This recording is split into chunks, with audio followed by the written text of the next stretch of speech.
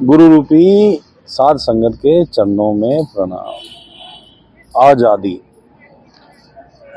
जो प्रत्येक आत्मा का मूल सिद्ध अधिकार है। असली आज़ादी जो है जीव को, ये जो बेड़ियां पहन रखी हैं, जिन्हें हम शेकल्स कह सकते हैं, संगल कह सकते हैं, ये जीव प्रत्येक जीव के इर्द गिर्द हैं और इसके कई रूप हैं। जैसे मजहब के रूप में बेड़ियां हैं, जाति की बेड़ियां हैं, जाति के रूप में है बेड़ियां। उसके बाद आपका ये बेड़ियां जो है हमारी परिवार की बेड़ियां हैं। जी हाँ, ये हमारा परिवार है, ये पिता है, माता पिता है, ये पत्नी है जी, 20 बच्चे हैं। समाज की बेड़ियां हैं जी, सामाजिक ये है सब व्यवस्था। गांव देहात की बेड़ियां हैं, प्रांत की हैं, देश की हैं, और मित्रों की हैं, कुंबे की बेड़ियां हैं। तो प्रत्येक प्राणी अनेकों बेड़ियों से घिरा पड़ा है। वो इनमें काल की वजह से, मन के प्रभाव से, और ये सब सम्मिलित होके, मन, माया, प्रकृति सम्मिलित होके उसे फंसाए हुए हैं। और जीव दूसरी उलझनों में, बल्कि जीव को इन बेड़ियों से छूटना है। इन बेड़ियों का बंधन जो है वो काटना है, तभी तो वो आज़ाद होगा। उसको दूसरी चिंता है, बल्कि चिंता इस बात की कर कि मेरी ये बेड़ियां जो है ये टूटे। बेड़ियां टूटेंगी तो मैं अपने पिता से मिलूंगा जिससे मैं बिछड़ा हूं। हमारा सबका पिता कौन है? एक ही पिता है, वो है परमात्मा। उसको अल्लाह कह ले, हम राम कह ले, गोविंद कह ले, गोपाल कह ले। वैसे वो अनामी है, उसका कोई नाम ही नहीं है। प्रत्येक नाम उसका एक गुण का व्याख्यान कर देता, या थोड़ा ज़्यादा कर देता होगा, लेकिन उसको पूरा व्याख्यान उसका कोई भी नाम नहीं कर सकता, इसीलिए वो अनामी है।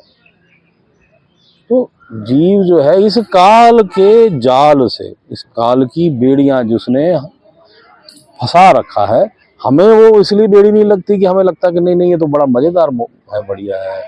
अब मेहनत करते हैं जी कि जी संसार में कुछ करते हैं जी, मैं तो आज मंदिर हुआ है जी, मैं गुरुद्वारे हुआ है, मस्जिद हुआ जी, मैं तो बड़ा महान, मैं स्पिरिचुअल हो गया। नहीं, वो तो शुरुआत है भाई। असली स्पिरिचुअल तो तेरे घट के भीतर है।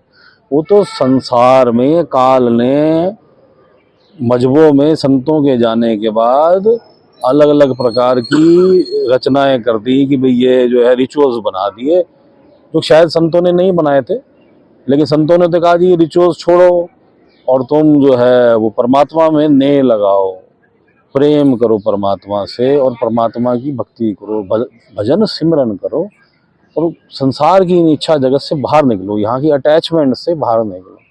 लेकिन समय अंतराल में मजहबों के अंदर नए नए रिचुअल्स पैदा हो गए, और अजीब सोचता है कि उन रिचुअल्स को मैं करके मैं परमात्मा की प्राप्ति कर लूँगा। नहीं कर पाएगा। रिचुअल्स का परमात्मा से कोई लेना देना ही नहीं है।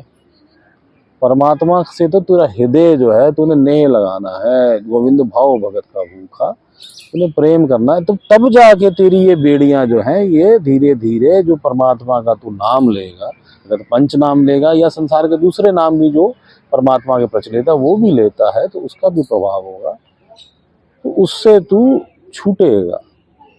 मकसद क्या है तेरा? तेरा असली मकसद है कि तूने उन बेड़ियों को परमात्मा की कृपा से काटना है। तू कैद है भाई, कैद है। तू अपने आप को ये शरीर मत समझ, तू अपने आप को ये मन भी मत समझ, तू अपने आप को कारण शरीर भी मत समझ। तू अपने आप को वो चेतन परमात्मा का स्वरूप जो सब जगह व्याप्त है, जिसके सिवा संसार में कुछ नहीं है, वो है। तू इस कैद से छुड़ा। तू एक्सपीरियंस लेने आया था परमात्मा के वहाँ से, अपने पिता के वहाँ से, पिता परमेश्वर के वहाँ से तुझे वापस जाना है, और बार बार यहाँ जन्म लेने के चक्कर में नहीं फंसना। संसार की जो भी इच्छा करेगा वो तुझे संसार के अंदर फंसाएगी, संसार में ही उलझा रहेगा। तू अपने ध्यान को वहाँ से हटा।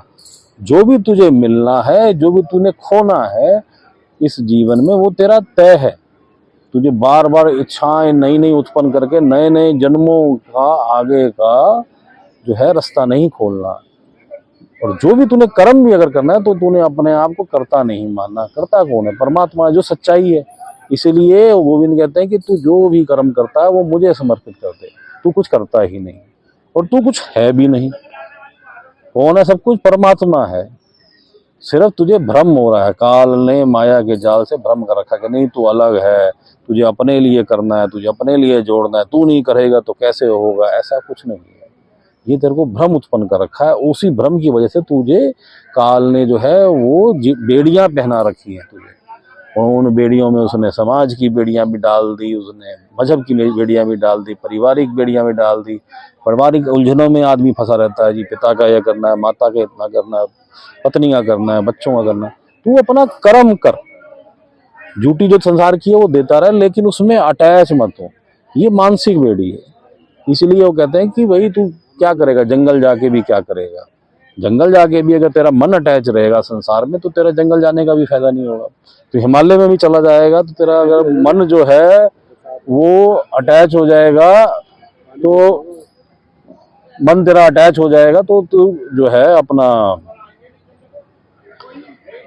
संसार में, तो तू वहां भी तू नहीं मुक्ति पा पाएगा।